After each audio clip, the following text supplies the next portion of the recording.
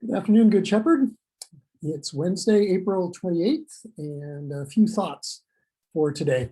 Mostly news, and announcements.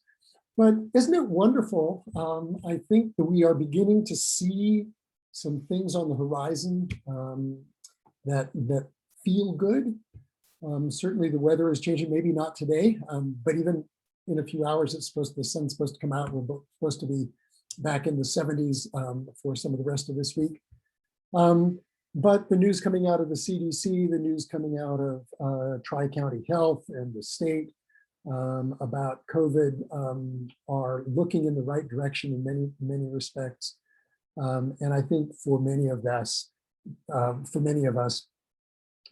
we're beginning to think that we can breathe differently in figurative and literal ways without masks or something like that. So there seems to be some good news coming down in so many different ways, and it does feel good, and so we want to celebrate that. And I'll get to some more of that in a few minutes. But there's good news, and sometimes that's tempered with some sad news. And many of you, just a piece of sad news, but good news. Many of you may have heard that our youth minister, Rachel Whipp, will be leaving us at the end of May. She's been with Good Shepherd for 6 years and has done amazing work with our young people. And she's graduating from college, which is just absolutely great. So congratulations, Rachel. And she has taken a job in human resources and business management and things like that in a kind of a marketing firm.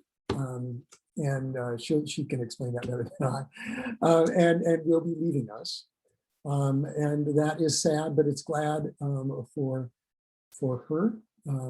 Finishing college is great. Getting that first job out of college is great. It happened a little bit quicker than she expected, which is also great. So we wish her well. She will be with us through the end of the month.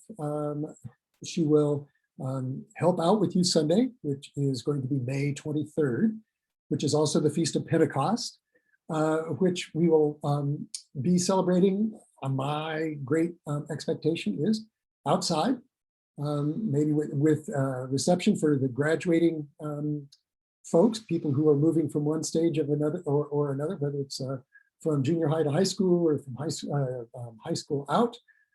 So we'll be honoring our graduating folks that day as well. So Youth Sunday is always great. This will be doubly and maybe triply great this year. We will be able to be together, unlike last year on Pentecost. We will be able to be together in socially distanced ways outside, weather permitting. And it's always that weather permitting thing, isn't it? And speaking of that, this coming Sunday, we will again be outside at 11:30 for Eucharist. The weather report right now seems to indicate that we should be okay. It's saying thunderstorms, but those usually roll in later in the day. We'll try and get them quickly so that folks don't have to worry about that. But if you're going to come on Sunday, please come. Don't have to sign up in advance. Just please come. Bring a chair.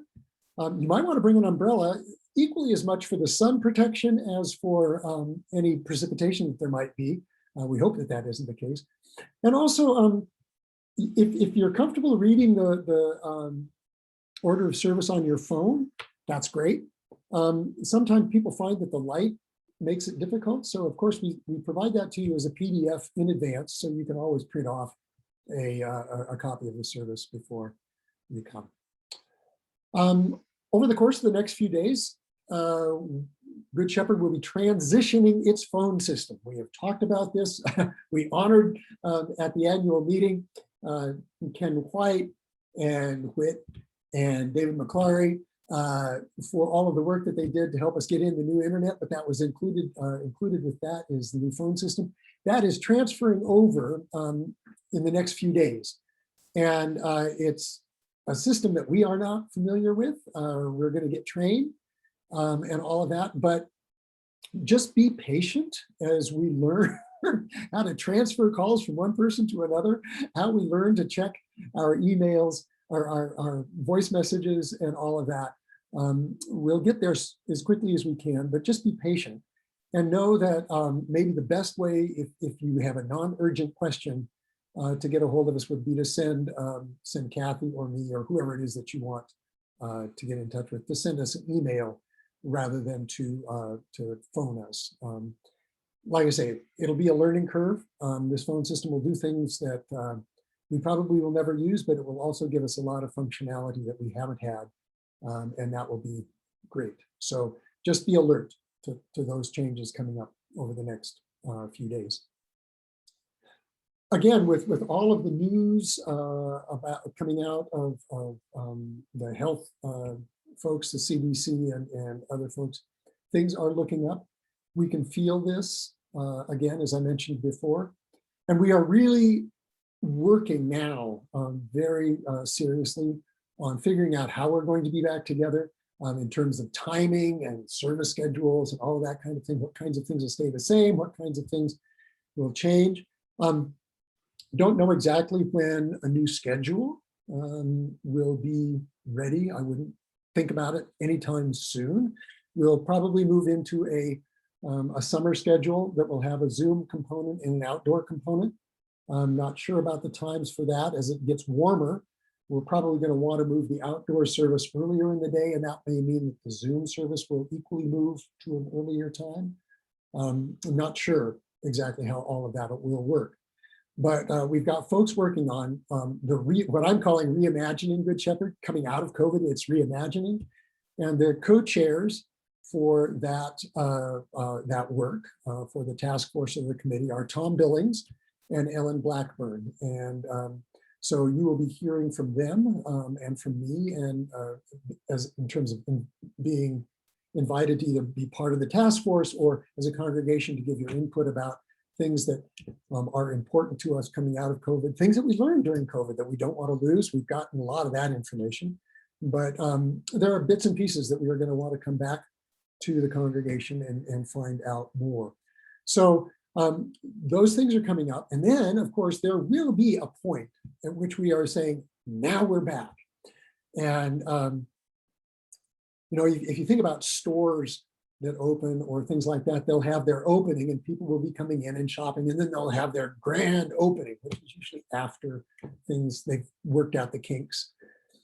My idea is that we'll have a grand reopening of Good Shepherd, and maybe combined with a ministry fair and all sorts of kinds of things. If you're interested in thinking about what would a grand reopening look like, what kind of energy would we want to have?